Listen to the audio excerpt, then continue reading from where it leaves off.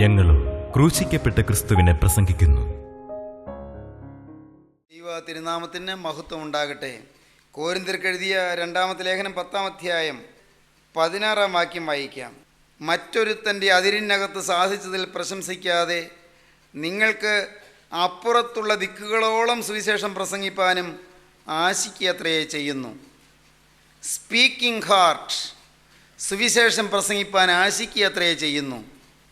Speaking heart, ദൈവത്തിൻ്റെ വചനം നിറഞ്ഞിരിക്കുന്ന ഹൃദയം ദൈവത്തിൻ്റെ വചനം പ്രസ്താവിക്കുന്ന ഹൃദയമായി മാറും. Liturgy of A full heart, നന്ദി നിറഞ്ഞ ഹൃദയത്തിൻ്റെ ആരാധനാക്രമം. ദൈവത്തിൻ്റെ വചനം ഉൾക്കൊള്ളുന്നു, ഹൃദയത്തിൽ നിറയുന്നു, ദൈവത്തിൻ്റെ വചനം പ്രസ്താവിക്കുന്നു. നിങ്ങൾക്ക് അപ്പുറത്തുള്ള ദിക്കുകളോളം സുവിശേഷം പ്രസംഗിപ്പാനും ഞാൻ ആശിക്കത്രേ ചെയ്യുന്നുവെന്ന് അപ്പോസ്തലനായ പൗലോസ് കോരിന്തിലുള്ള ക്രിസ്ത്യാനികളെ ഓർമ്മപ്പെടുത്തുന്നു. കോരിന്തിലുള്ള ദൈവമക്കളെ അപ്പോസ്തലൻ ധരിപ്പിക്കുന്നത് സുവിശേഷം പ്രസംഗിപ്പാൻ നിങ്ങളുടെ ദേശത്ത് മാത്രമല്ല അപ്പുറത്തുള്ള ദിക്കുകളോളം സുവിശേഷം പ്രസംഗിപ്പാൻ ഞാൻ ആഗ്രഹിക്കുന്നു എന്നാണ്. ലോകത്തിൻ്റെ അറ്റത്തോളം ദൈവത്തിൻ്റെ വചനം പ്രസംഗിക്കണമെന്ന്, ദൈവത്തിൻ്റെ വചനം ലോകത്തിൻ്റെ അതിരുകളോളം പ്രസംഗിക്കണമെന്ന്. കോരിന്ത്യർക്കെഴുതിയ ലേഖനത്തിൽ തന്നെ 1-ാമത്തെ ലേഖനത്തിൽ 9-ാം അധ്യായത്തിൽ അപ്പോസ്തലൻ പറയും, 16-ാം വാക്യം, നിർബന്ധം എൻ്റെ മേൽ കിടക്കുന്നു, ഞാൻ സുവിശേഷം അറിയിക്കുന്നില്ല എങ്കിൽ എനിക്ക് അയ്യോ കഷ്ടം. ഞാനത് മനഃപൂർവ്വം നടത്തുന്നുവെങ്കിൽ എനിക്ക് പ്രതിഫലമുണ്ട്, മനഃപൂർവ്വം അല്ലെങ്കിലും കാര്യം എങ്കൽ ഫലമേൽപ്പിച്ചിരിക്കുന്നു. എന്നാൽ എൻ്റെ പ്രതിഫലം എന്ത്? സുവിശേഷം അറിയിക്കുമ്പോൾ സുവിശേഷ ഘോഷണത്തിലുള്ള അധികാരം മുഴുവൻ ഉപയോഗിക്കാതെ ഞാൻ സുവിശേഷ ഘോഷണം ചെലവ് കൂടാതെ നടത്തുന്നത് തന്നെ. സുവിശേഷം അറിയിക്കുന്നില്ല എങ്കിൽ എനിക്ക് അയ്യോ കഷ്ടം. ഞാൻ സുവിശേഷം അറിയിക്കുന്നു എങ്കിൽ എനിക്ക് പ്രശംസിപ്പാനൊന്നുമില്ല. നിർബന്ധം എൻ്റെ മേൽ കിടക്കുന്നു, ഞാൻ സുവിശേഷം അറിയിക്കുന്നില്ല എങ്കിൽ അത് എനിക്ക് അയ്യോ കഷ്ടം. ഞാനത് മനഃപൂർവ്വം നടത്തുന്നുവെങ്കിൽ എനിക്ക് പ്രതിഫലമുണ്ട്. വചനം നിറഞ്ഞു, വചനം പ്രസംഗിക്കുന്നു. സഹോദരങ്ങളെ, എങ്ങനെയാണ് വചനം പ്രസംഗിക്കാൻ കഴിയുക? വചനം പഠിച്ചാൽ മതിയോ? പോരാ. വചനത്തിൻ്റെ പാണ്ഡിത്യം കിട്ടിയാൽ മതിയോ? തീർച്ചയായിട്ടും പോരാ. വേദപുസ്തകത്തിലെ വാക്യങ്ങൾ കാണാതെ പഠിച്ചാൽ മതിയോ? ഒരിക്കലും പോരാ. വേദപുസ്തകത്തിലെ വാക്യങ്ങൾ വ്യാഖ്യാനിക്കാൻ കുറേ വ്യാഖ്യാന ഗ്രന്ഥങ്ങൾ വായിച്ച് പഠിച്ച് കുറേ അറിവ് നേടിയാൽ മതിയോ? തീർച്ചയായും പോരാ. പിന്നെ എങ്ങനെയാണ് വചനം പ്രസംഗിക്കുക? എനിക്ക് വചനം ഒന്ന് പ്രസംഗിക്കണമല്ലോ, ഞാനതിന് എന്താ വേണ്ടത്? പ്രിയപ്പെട്ടവരെ, അതിന് വിദ്യാഭ്യാസം വേണ്ട, ദൈവത്തിന് സ്തോത്രം. അതിന് വിവിധ ഭാഷാപരിജ്ഞാനം വേണ്ട, അതിന് വ്യാകരണ പെശക് കൂടാതെ പറയുവാനുള്ള കഴിവ് വേണ്ട, അതിന് പ്രസംഗ ചാതുരി വേണ്ട, അതിന് വൈഭവം വേണ്ട. പിന്നെ എന്താണ് വേണ്ടത്? ദൈവത്തിന് സ്തോത്രം. എന്താണ് വേണ്ടത്? 66-ാം സങ്കീർത്തനം 16-ാം വാക്യം, സകല ഭക്തന്മാരുമായുള്ളവരെ വന്നു കേൾപ്പീൻ, അവൻ എൻ്റെ പ്രാണന് വേണ്ടി ചെയ്തത് ഞാൻ വിവരിക്കാം. അതാണ് യോഗ്യത. അവൻ എൻ്റെ പ്രാണന് വേണ്ടി എന്തെങ്കിലും ചെയ്തോ? ആ അറിവുണ്ടോ? ക്രിസ്തു എനിക്ക് വേണ്ടി എന്തെങ്കിലും ചെയ്തു എന്ന് ബോധ്യമുണ്ടോ? ക്രിസ്തു എൻ്റെ ജീവിതത്തിൽ അത്ഭുതം പ്രവർത്തിച്ചു എന്ന് ബോധ്യമുണ്ടോ? ദാവീദ് 116-ാം സങ്കീർത്തനത്തിൽ കരഞ്ഞുകൊണ്ട് പറയും, നാഥ, നീ എൻ്റെ പ്രാണനെ മരണത്തിൽ നിന്ന് രക്ഷിച്ചല്ലോ, എൻ്റെ കാലിനെ വീഴ്ചയിൽ നിന്ന് രക്ഷിച്ചല്ലോ, എൻ്റെ കണ്ണിനെ കണ്ണുനീരിൽ നിന്നും രക്ഷിച്ചല്ലോ. കാലിനെ വീഴ്ചയിൽ നിന്നും, കണ്ണിനെ കണ്ണുനീരിൽ നിന്നും, പ്രാണനെ മരണത്തിൽ നിന്ന് രക്ഷിച്ചവനെ നിനക്ക് സ്തുതി. യഹോവ എനിക്ക് ചെയ്ത സകല ഉപകാരങ്ങൾക്ക് ഞാനവന് എന്ത് പകരം കൊടുക്കുമെന്നാണ് ദാവീദ് പറയുന്നത്. നന്ദി നിറഞ്ഞ ഹൃദയം.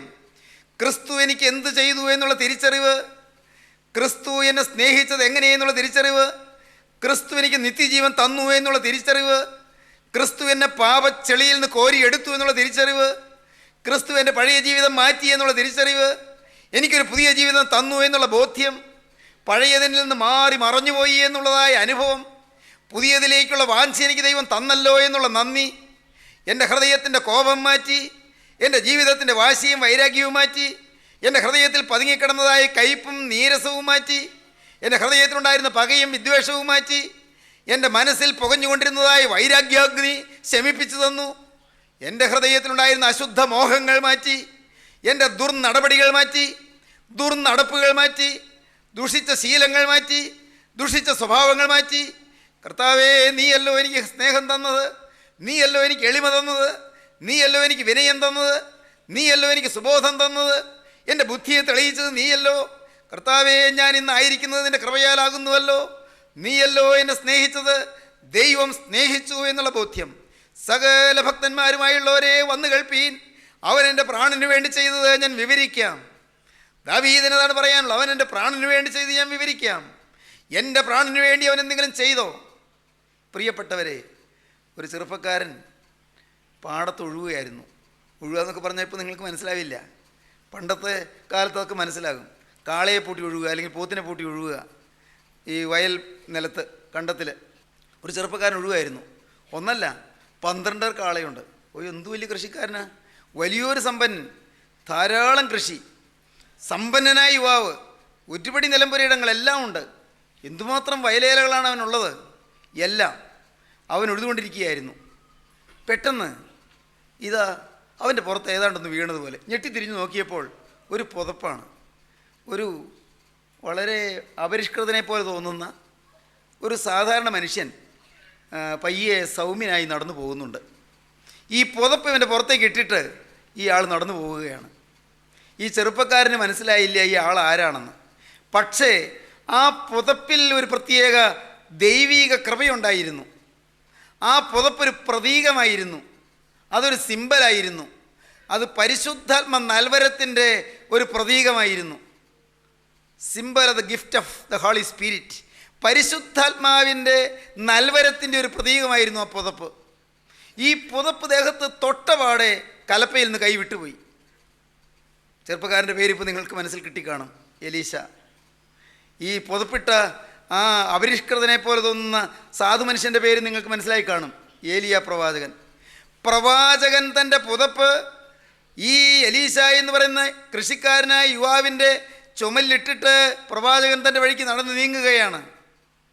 കലപ്പയിൽ നിന്ന് കൈ വിട്ട പാടെ എലീശ പ്രവാചകൻ്റെ പിറകെ ഓടി.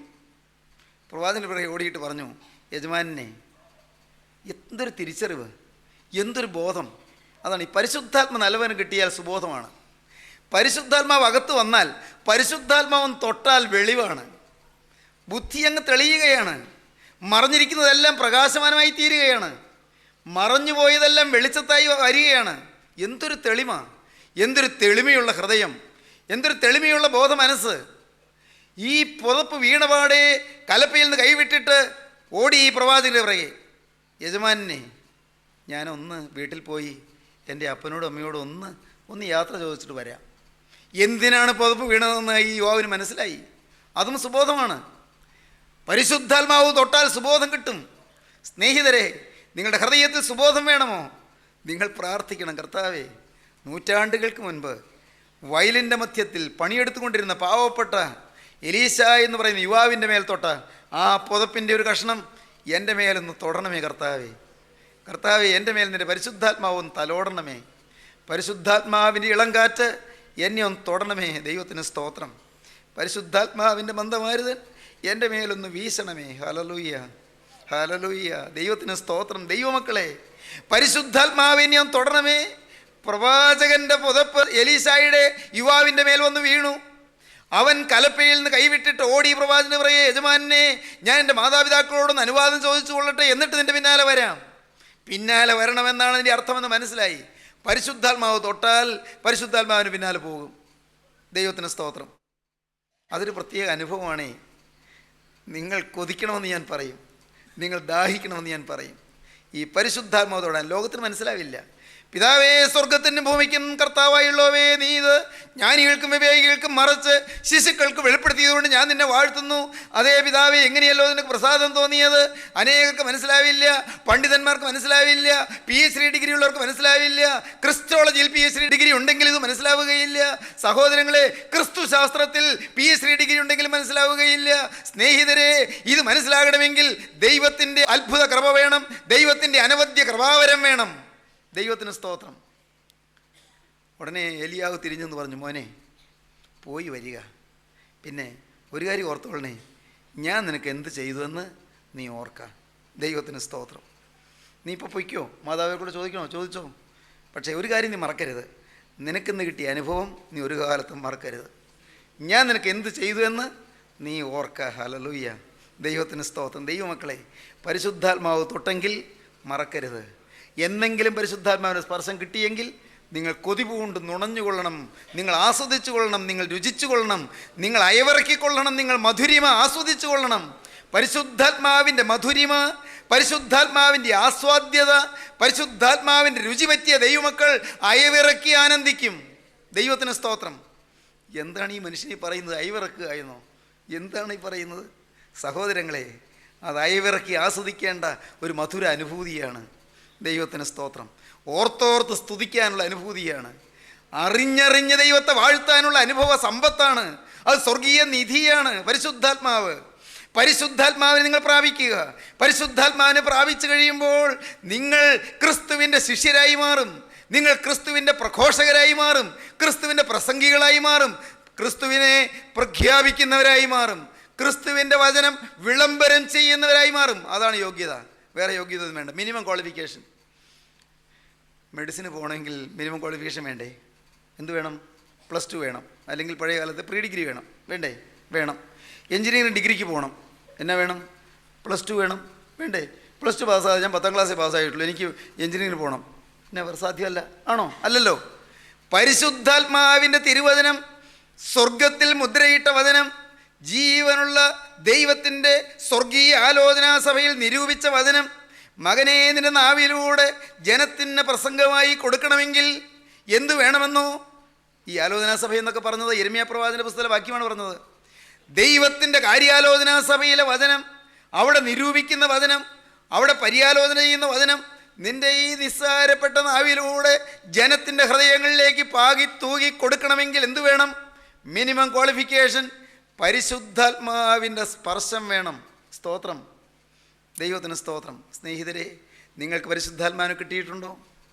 പരിശുദ്ധാത്മാവ് ഉണ്ടെന്ന് പോലും നിങ്ങൾ കേട്ടിട്ടില്ല എന്ന് പണ്ട് എഫേസോസിലെ ദൈവമക്കൾ പറഞ്ഞു. പരിശുദ്ധാത്മാവിനെ പ്രാപിച്ചു എന്ന് പൗലോസ്ലീഹ ചോദിച്ചു. അങ്ങനെ നിങ്ങൾ കേട്ടിട്ടേ ഇല്ല. പരിശുദ്ധാത്മാവ് ആരാ? ഞങ്ങൾക്ക് അറിഞ്ഞുകൂടാ. എഫേസോസിലെ ദൈവമക്കൾ അവർ പരിശുദ്ധാത്മാവ് ഉണ്ടെന്ന് പോലും ഞങ്ങൾ കേട്ടിട്ടില്ല എന്നാണ് പറഞ്ഞത്. അപ്പോസ്തല പ്രവൃത്തിയിൽ കാണാം. പ്രിയപ്പെട്ടവരെ, നിങ്ങൾ കേട്ടിട്ടുണ്ടാകും, പോരാ, നിങ്ങൾ ചിലർ രുചിച്ചിട്ടുണ്ടാകും.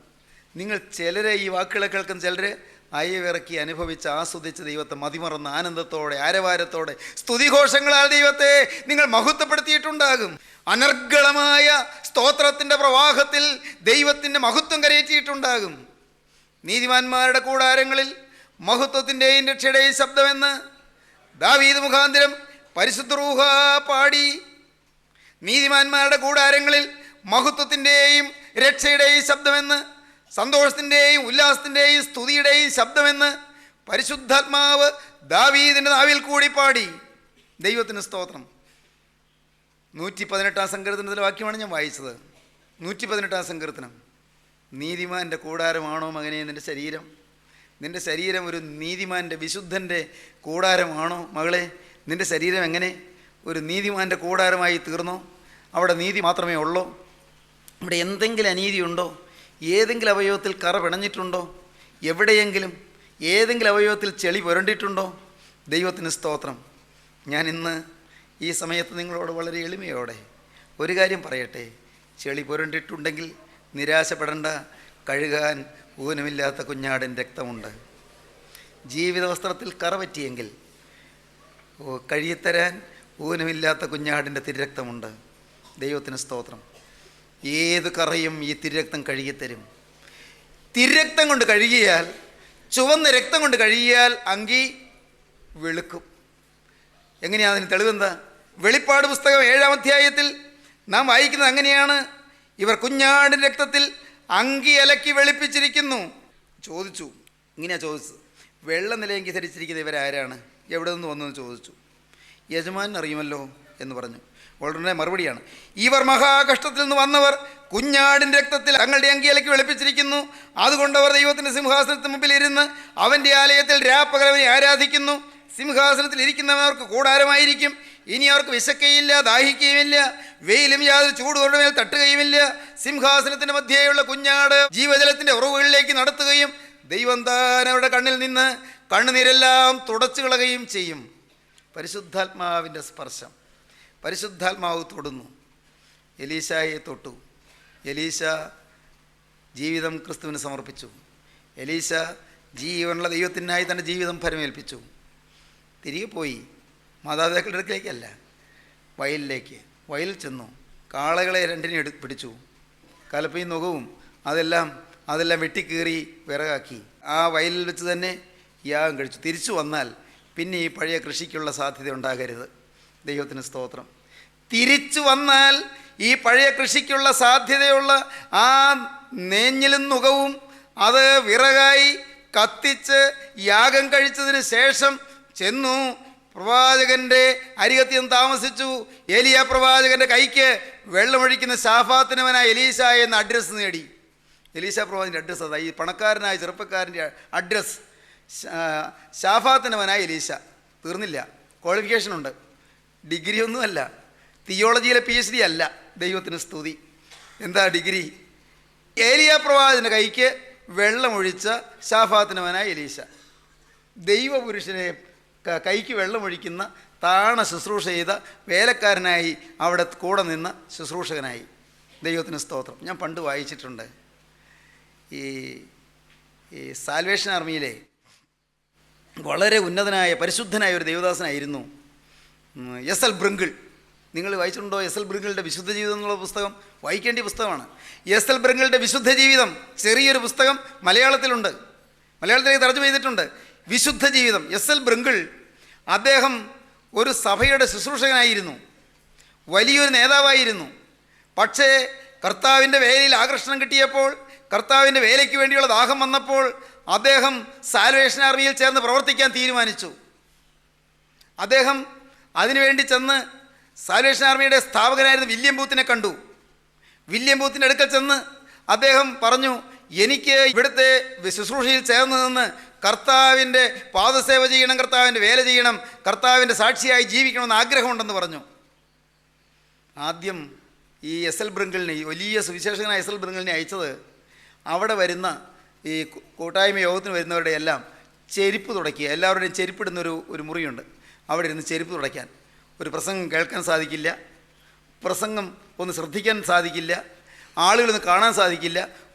ഈ അരണ്ട വെളിച്ചമുള്ളൊരു മുറിയിലിരുന്നു കൊണ്ട് ഈ കേൾവിക്കാരായി വരുന്നവരുടെ എല്ലാം ചെരുപ്പെടുത്ത് തുടയ്ക്കുക. അദ്ദേഹം ഓർത്തു, ഇതെന്തൊരു കഷ്ടം, നല്ല വചനം കേൾക്കാമെന്നൊക്കെ വിചാരിച്ച് വന്നു. വചനം കേൾക്കാൻ പോലും ഒക്കുന്നില്ല, വചനം പോലും കേൾക്കാൻ അവസരമില്ല. കഷ്ടം പോരണ്ടായിരുന്നു, ഈ കൂട്ടായ്മയിലേക്ക് വരണ്ടായിരുന്നു. അബദ്ധമായിപ്പോയി എന്നാണ് തോന്നുന്നത്. ഒരു രണ്ട് വാക്ക് പറയണമെന്നൊക്കെ എനിക്കുണ്ടായിരുന്നു. ഞാനാണെങ്കിൽ വചനം പറയാൻ കഴിവുള്ള ഒരാൾ, എത്രയോ വേദികളിൽ പ്രസംഗിച്ചുള്ള ആൾ, ഇവിടെ വന്നപ്പോൾ ഒരു അക്ഷരം മിണ്ടിക്കൊന്നുമില്ല. എന്തൊരു കഷ്ടം. തന്നെയല്ല തന്നിരിക്കുന്ന ജോലിയോ വരുന്ന കേൾവിക്കാരുടെയെല്ലാം ചെരുപ്പ് യോഗം കഴിഞ്ഞ് വരുമ്പോൾ തുടച്ച ചെരുപ്പായിട്ട് കിട്ടണം, ചെരുപ്പ് തുടച്ചു വയ്ക്കണം. അദ്ദേഹം ഓർത്തു, യേശുക്രിസ്തുവിൻ്റെ നാമത്തിൽ ഞാനിത് സന്തോഷത്തോടെ ചെയ്യും.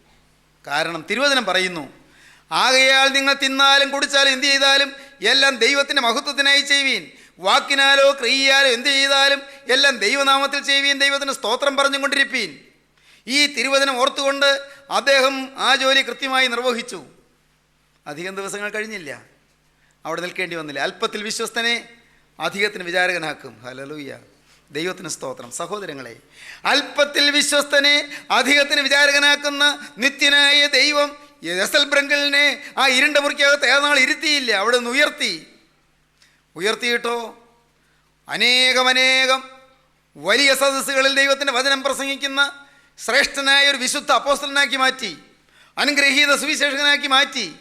പ്രിയപ്പെട്ടവരെ, നാം ഓരോരുത്തരും കർത്താവിൻ്റെ വേലയ്ക്ക് വേണ്ടി നിങ്ങളെ തന്നെ സമർപ്പിക്കുമ്പോൾ, ക്രിസ്തുവിൻ്റെ വചനം നമ്മെ തൊടുമ്പോൾ, പരിശുദ്ധാത്മാവ് നമ്മെ തൊടുമ്പോൾ, നാം കർത്താവിൻ്റെ വേലയിൽ എത്രയും വിശ്വസ്തയോടെ തരുന്ന ജോലി എത്രയും എളിമയോടെ വിശ്വസ്തയോടെ നാം ചെയ്യുന്ന ദൈവം കാണുമ്പോൾ, നിത്യനായ ദൈവം ആർക്കും കടക്കാരനായിരിക്കുകയില്ല.